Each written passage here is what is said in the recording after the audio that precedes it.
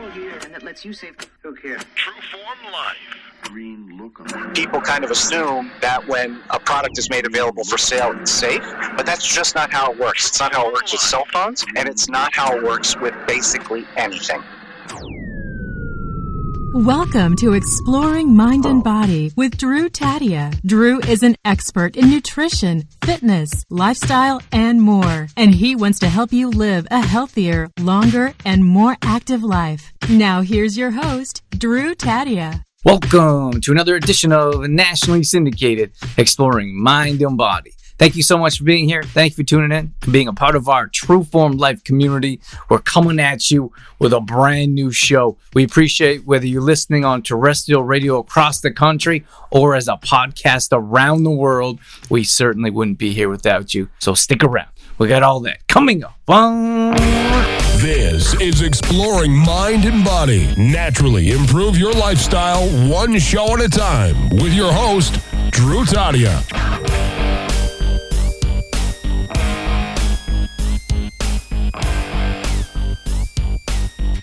Tell us who you are and what you do. Sure. Well, like you said, my name is R. Blank, and I run a company called Shield Your Body, or SYB. And we help people live healthier lives by reducing their exposure to EMF radiation. And EMF radiation, we can talk a bit more about that if, to the extent you're interested, your audience might be interested.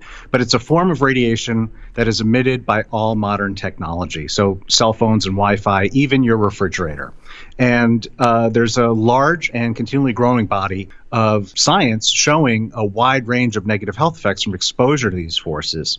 And even the World Health Organization designates it as a Class 2B carcinogen. And so I teach people how to reduce their exposure, both through changes in their personal behavior and relationship with technology, as well as EMF protection products. Ooh, very interesting. Okay. So how did you get into this?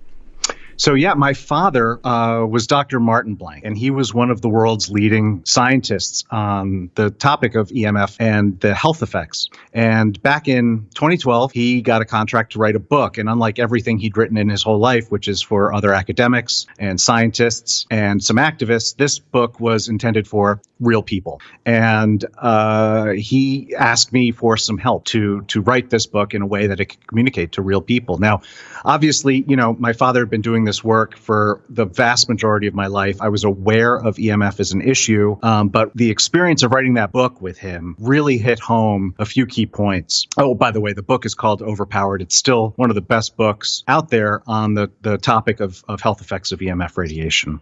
So one of these points is that the science is very strong. That, if sometimes you'll hear this covered on the news and they'll say, do cell phones cause cancer? Or is Wi-Fi a health risk? And writing that book really showed me that the science is very, very strong. We're talking about thousands of studies now into a wide range of these health effects. But another point is that, this force that I'm talking about, it comes, the sources of it are really fundamental to modern society, right? So you could effectively, if you could snap your finger and get rid of tobacco tomorrow, you'd have some people who are pretty peeved and going through withdrawal, but the economy would be intact. Your ability to work would be intact. Your ability to watch a movie or talk to your family, that would all remain intact. EMF, on the other hand, in quite in contrast, right? It comes from all of these things that are fundamental to how we live our lives. It's fundamental to the economy. It's fundamental to how we work. It's fundamental to how we store food and how we read at night after the sun sets. And so you can't get rid of the sources of EMF. And so I realized, like I say, the science is very strong, but the sources of this, you just can't get rid of them. So there had to be safer ways for people to interact with their technology, to have a relationship with modern technology. And that's when the idea for what became SYB popped into my head. Tell us what that is. So SYB, or Shield Your Body, we focus on two broad areas, right? One is education, because this can be a complicated topic, both EMF in general, and then how to reduce your exposure. And then also we have a set of a catalog of products. Now it's about 20 products that we make ourselves and sell in over 30 countries around the world that are things like a cell phone pouch or an anti-radiation headset, even a bed canopy. And so that is, those are the two things that we do here at SYB: education and making and selling EMF protection products that are laboratory tested and scientifically proven. Okay, so tell me about the dangers of what are we listing here? I know you listed a few things, even the refrigerator, phone, tablets. Tell us about that. Yeah. So, I mean, without this is the point in time at which I try very hard not to scare people, because it's important not to be scared when you're encountering this subject for the first time. But EMF radiation comes from anything that communicates wirelessly. So that would include, like I said, cell phones, Wi-Fi, Bluetooth, any cordless phones, any wireless communication is a source of EMF, and anything that runs on power. So that includes your electrical appliances, like I mentioned, a refrigerator. It would include a blender. It includes the electrical wiring in your walls and the power lines that run down your street. So EMF comes from anything that communicates wirelessly and anything that runs on power. Okay, so the first step to not freaking out is realizing, first of all, there is no getting rid of your EMF exposure. That's just a fact of modern life. The good news is there are a lot of things that you can do to reduce that exposure and thus the associated health risk. And it all comes down to what I call the two key rules of EMF protection. One is to use EMF emitting technology less. And then the second one, which may be a little less intuitive to people, is to stay as far away from it as possible when you are using it. That second one is key because the power of EMF radiation diminishes exponentially with distance. And what that means is if you have your phone, 1 inch away from your body versus 2 inches away from your body, you're going to be exposed to 75% less EMF, right? Because the doubling of the distance leads to a 75% reduction in the power of your exposure. So between those two things, cutting down your use of EMF emitting technology and increasing the increasing the distance from that technology, those have a tremendous impact on your personal exposure. And so in terms of cutting down your use of EMF technology, that is not giving up technology. I am not a Luddite. I live in the modern world. I'm not telling people not to engage with technology, but there are simple things that you can do. For instance, one common one that I find has a really big impact on a lot of my customers and my audience is turning off their Wi-Fi at night, right? Because when you're not awake, when you're asleep, you're not actually using the Wi-Fi. But if it's still on, the router is still on, you're still being exposed. So just turn it off when you go to bed and turn it back on when you wake up. Or, if it's easier, put it on a timer. So these are the types of things that people can do that really can make a huge difference in terms of their overall exposure. Yeah, that's interesting. So I'm thinking here how I can turn my Wi-Fi off at night. and it sounds might be a bit crazy, but I just moved my laptop a little bit further away from me. That's not crazy at all. In fact, this is one of the examples I give people. If you read the manual for a Dell laptop, they tell you to keep that laptop 8 inches away from your body, even as they call it a laptop in their marketing materials and on their website. So a lot of this stuff, if you just read the manuals, you'll see that the manufacturers themselves are giving you these warnings. Okay, that's a bit troubling. Okay, I got so much going on in my head right now. So with the phone thing, what would you recommend? So most of us carry our phones in our pockets. What would you recommend? Yeah. Like a backpack, or I think even those, what do they call them? Like fanny packs? Are those coming back? So there's a couple things. One, that's another one of my top tips is not to carry your phone in your pocket or your bra, which a lot of women do, particularly like at the gym. You definitely want to, because again, remember distance. When the phone is right up against your body, you are getting a maximum dose of this stuff. And in fact, this is another example where if you read the manual, for instance, of the Apple iPhone, you'll see that there's a minimum distance from your body that they recommend. But everyone still carries it in their phones and in their bras without thinking about it. That for a lot of people, carrying your phone that way will be your largest single exposure to EMF radiation. And again, that's because you're getting a full dose of this device, which is designed to be able to send signals miles, right? Because it has to be able to communicate with the cell tower, even if it's miles away. So you either want to carry it somewhere other than your pocket or bra, or you want to put it into airplane mode when you are carrying it in your pocket or bra. Because when you put it into airplane mode, and this is true for all devices, I mean, airplane mode is most common on phones, but any wireless device really has some type of airplane mode. And when you put it into airplane mode, the EMF emissions are almost entirely eliminated.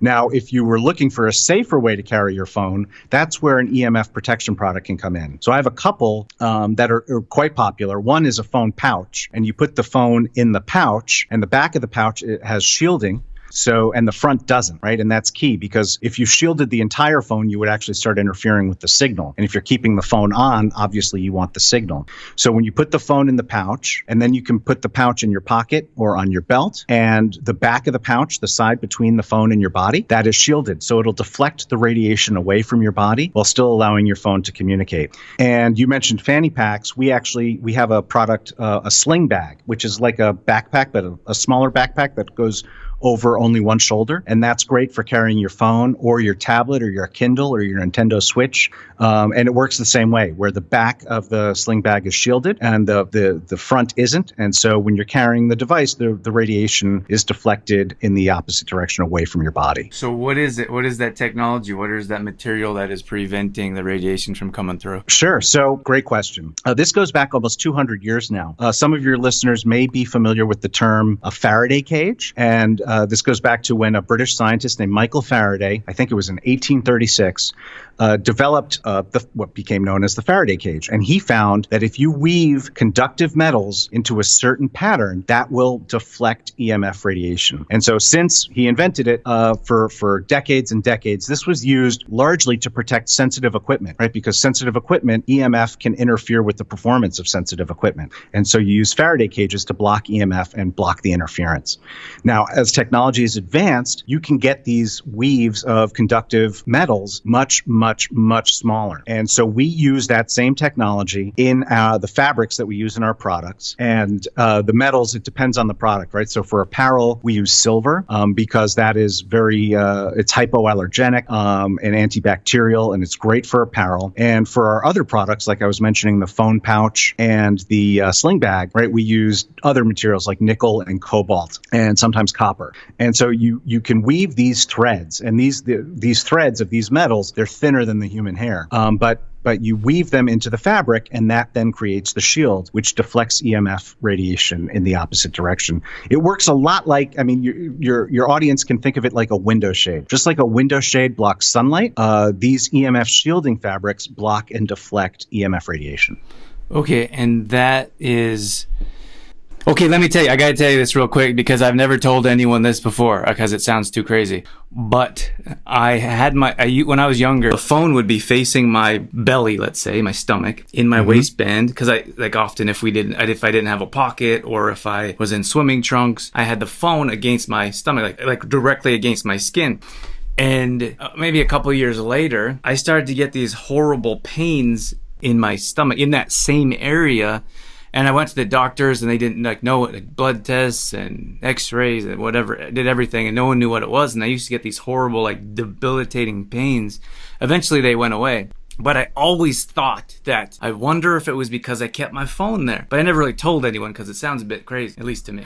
Yeah, no, and it's not. I mean, so obviously I can't sit here now in 2021 and tell you exactly what happened back then. But I can tell you that a lot of people who buy my phone pouch, right, because there are people who need to carry their phone, for work, for instance, and it needs to be on their body. And they will get these pains in their leg or their hip near where they carry their phone, and then they start using the phone pouch, and those pains go away. So the EMF radiation is shown, right? Because I mentioned earlier on, right? There's a wide range of negative health effects. EMF radiation affects our bodies at very deep physiological level, right? So we see, and this is actually some of the work that my father did. We see that EMF triggers the cellular stress response. We see from other science that EMF radiation, even like the kind you'd get from a cell phone or a cordless phone, can damage and mutate DNA. We see that it impacts something called the voltage-gated calcium channels, which can lead to oxidative stress. And these mechanisms are present in basically every cell in our body. And so that's why you can see negative health effects ranging from infertility and sleep disruption all the way up to things like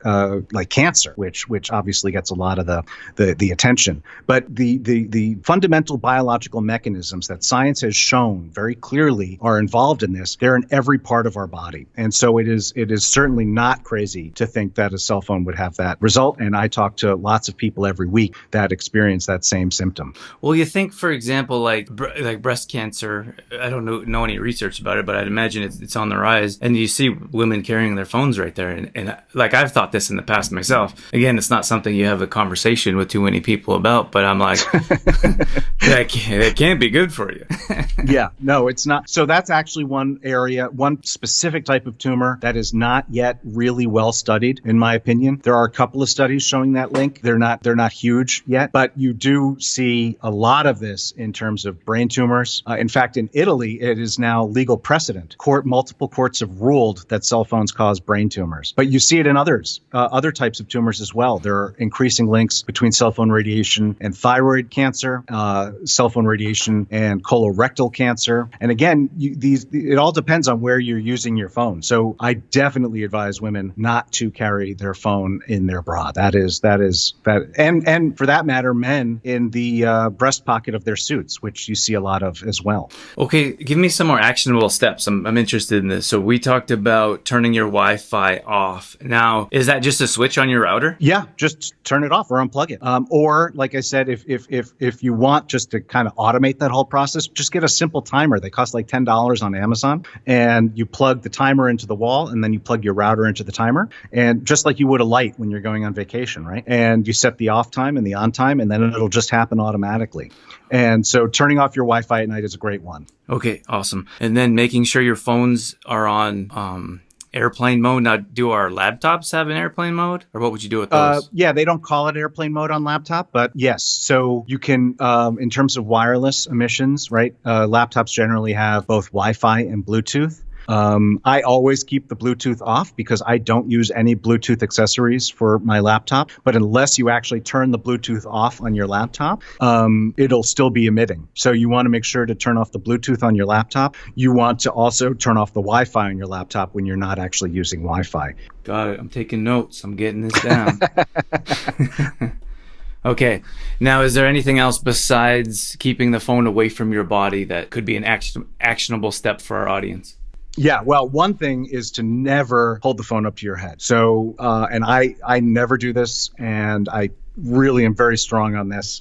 Just never talk on your phone with the phone up to your head. That is really high levels of radiation, and it's right obviously near your brain, as well as other very important nerves. And so you just don't want to. So instead of that, you always want to use speakerphone or a headset instead of holding the phone up to your head. Yes. Sorry to interrupt. I do that almost intuitively. I always put on speaker, and then sometimes people are like, "Hey, can you take it off speaker?" And I'm like, "No, I actually can't."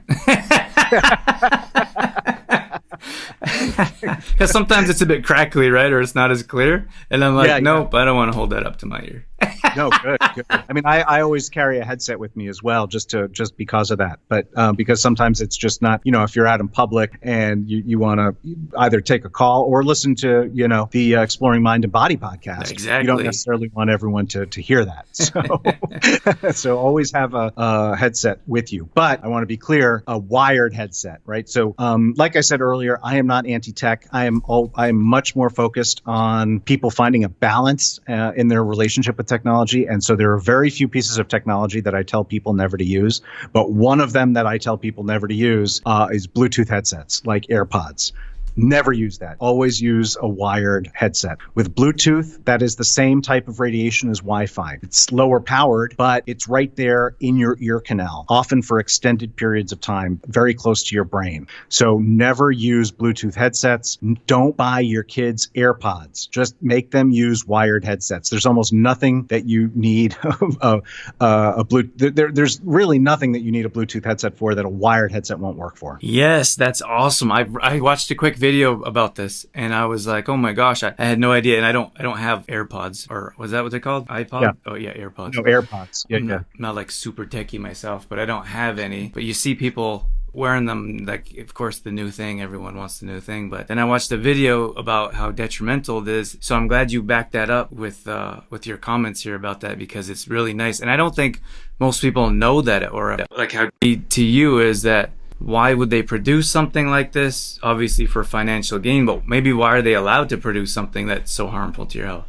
Yeah, well, I mean, so people have this kind of a belief, and it's totally natural, that if something is made available for sale, it's safe. But that's just not how the economy works. That's not how capitalism works. It's not how any economic system works, really. And so that's not true with any of these wireless devices, right? So there are certain regulations that impact how much EMF a product can emit. And they're different in every country. But in the United States, right, there's the FCC, the Federal Communications Commission, and they have this regulation saying, for instance, a cell phone can't have a SAR rating more than 1.6 watts per kilogram. And without getting into detail there, that's just, they have a level, right? The FCC sets a level that these phones can emit.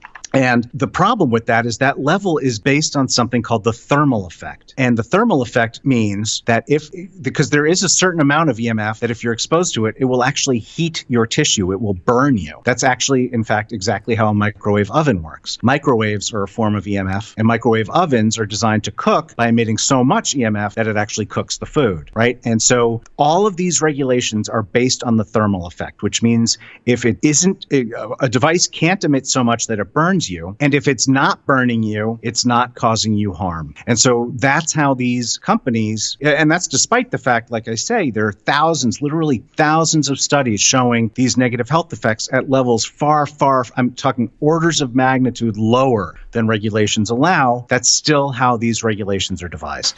Right. Okay. Yeah. 100% understand what you're saying there. And you know what the thing is that you could tell people, like I've told people, not like you shouldn't wear those, but I was like, that there's some research coming out like those AirPods aren't the best thing for your health. And like, yeah, I know I heard that, but I really like it. And to me, right. Like it's laughable. Right. And to me, it's crazy. Like you could tell someone how detrimental something is for their health, but they're like, I'm okay with that. People still smoke. Right. Yeah. Very good point. So, and no one can claim ignorance anymore as to the effect of smoking, and people still smoke. And so it's going to be the same, especially because technology, it's so engaging. It's literally designed, most of it, to be addictive, and it adds so much value to our lives. And so the temptation is obviously going to be there to just not even want to know this exists. And that's even easier because unlike, right, if you're smoking a cigarette, you see the smoke. When you're using a phone, you don't see the EMF. And it just makes it super easy to ignore. Yeah, 100%. Okay, so I wanted to ask you about this. I don't know, maybe this is different of what you're talking about, but G5, is that am I saying that right? Oh, 5G. Thank you, 5G. So yeah. I don't understand, because when I look at my phone, sometimes it says 5G, but then people are talking about how crazy it's going to be when it comes, and I'm like, isn't it here? Yeah, no, so 5G's definitely gotten a lot of attention, particularly in the last year, although I believe the rollout started in 2018. If you have it in your area, it depends on where you live. And then if it's in your area, if you have it on your phone, depends on your phone. And so 5G, just to step back, right, what 5G stands for, actually the character is 5G, it stands for fifth generation. So it's the fifth generation of cell phone network. Just like, when cell phones were invented, there was 1G. When they added cell phone, you could browse the web on the cell phone, that was 3G. When they added 4G, you could do it much faster. And now 5G is even faster than 4G. So that's what 5G stands for. What it is at a technical level is it's a whole new set of what's called spectrum, right? EMF exists there's different types, and it exists on a spectrum. And where you are on the spectrum depends on the frequency. And so, for instance, Wi-Fi, right? There's two common frequencies for Wi-Fi. There's 2.4 gigahertz and 5 gigahertz. So 5G opens up this whole new set of spectrum that was never used before in consumer applications. Now, initial deployments aren't really using these, but it will, right? So 5G is going to use a whole bunch of frequencies of EMF that have never before been used in consumer applications. And like with all wireless technology, there is no long-term testing into this stuff before it's deployed. We are the test subjects. We are the guinea pigs. We will know in 10, 15, 20 years what 5G does to us. We don't know it now. And that's exactly how cell cell phones were deployed initially. That's exactly how Wi-Fi was deployed initially, and so forth. Now, why are people so worried about 5G? Well, there's one common reason, and then there's another that I actually think is more significant. The common reason is, like I said, these are all new frequencies. We don't know what these exposures are going to do. And so people are saying we shouldn't be deploying this stuff because we don't know what it's going to do. Now, that's valid, except, I personally feel we know, just based on the science, that the results aren't going to be good. We don't know exactly what types of health effects we will see. We know that there will be negative health effects. What I think is more significant is that 5G was engineered from the ground up, not just to provide faster speeds, but to support orders of magnitude greater connections, right? Because as more and more and more things in our lives become smart, quote unquote smart, they need an internet connection. And to have all of these devices connecting to these networks, the networks need to be able to support more connections. So 5G was engineered from the ground up to be able to support way more devices. All of these devices are going to be new sources of EMF in our lives. You can already see this now compared to 5 or 10 years ago, right? It never used to be that a lock was a source of EMF. It never used to be that a thermostat was a source of EMF. But now these products are commonly sources of EMF in our homes. And more and more of our lives, we're going to see more of these sources. And that adds to our cumulative exposure. And that's the part that I find most threatening from the advent of 5G. Mm-hmm. Yeah, it's kind of crazy. It seems like in many cases we're guinea pigs. Yeah. No, it's true. Totally. That's what I was kind of saying before, where, people kind of assume that when a product is made available for sale, it's safe, but that's just not how it works. It's not how it works with cell phones, and it's not how it works with basically anything. Mm-hmm. Okay, we do have to start to wrap things up, but I have 400 more questions to ask you.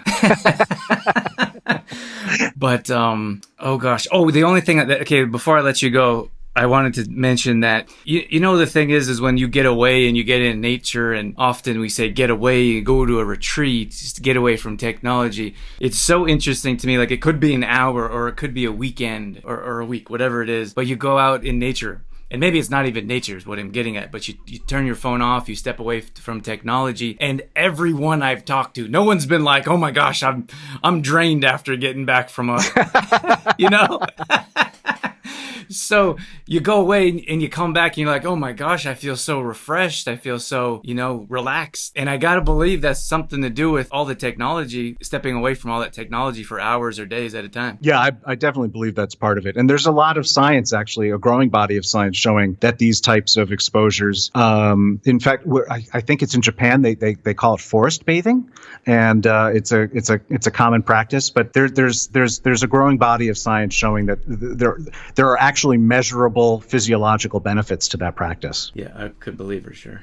All right, my man, we do have to wrap things up. Is there anything that we missed that you wanted to mention? No, there's a ton, obviously, that we didn't get to, but no, this has been a great conversation. What I'd ask your audience to do, right? We covered a few of these tips. I have a free guide that explains some of the top tips that people can do and implement in their lives that can have the biggest impact on their EMF exposure without sacrificing their enjoyment of modern technology. And you can download that for free at shieldyourbody.com/explore. That's shieldyourbody, all one word, .com/explore. And it's right there at the top of the page. Click, get my free guide. And that's where I really hope a bunch of your audience goes next, because there really are a lot of things that you can do to reduce your exposure, reduce your health risk, and live a healthier life alongside modern technology. Fantastic. What a great way to wrap up this fantastic conversation. Thank you so much, R. Blank. I appreciate your time and all the tips you shared with our audience. Thank you so much, Drew. I really enjoyed it. All right, that's going to wrap things up for this edition of Exploring Mind and Body. Once again, thank you so much for being here. Thank you for tuning in and being a part of our True Form Life community. You can always find us on Facebook.com/TrueFormLife. We post up there a couple times a day on our story. We're always trying to bring you more content around living a healthy lifestyle, whether that be nutrition, fitness, lifestyle, and more. We also have free challenges that we do at least once a month. So if you follow us along there, you'll be able to join maybe a plank challenge or a squat challenge, Tabata challenge, challenge, whatever it may be. We'd love to have you join us. We're also on Instagram.com/Drew Taddia. Again, we're posting up there a couple times a day along with our story, all dedicated to keeping you fit and healthy and on track. Our main website is trueformlife.com. If you want to check out some of our products, some of our services, or if you just want some great content from videos to blog posts and recipes and more, we got all that at trueformlife.com. Once again, thank you so much for being here. That's it. That's all I got. I'm out of here. As always, I'm your host, Drew Taddia, in health and fitness for a better world. Thanks for listening. You've been listening to Exploring Mind and Body with Trueform Life's Drew Taddia, fitness expert. To find out more about the show, Drew Taddia, or to listen to past shows, visit exploringmindandbody.com.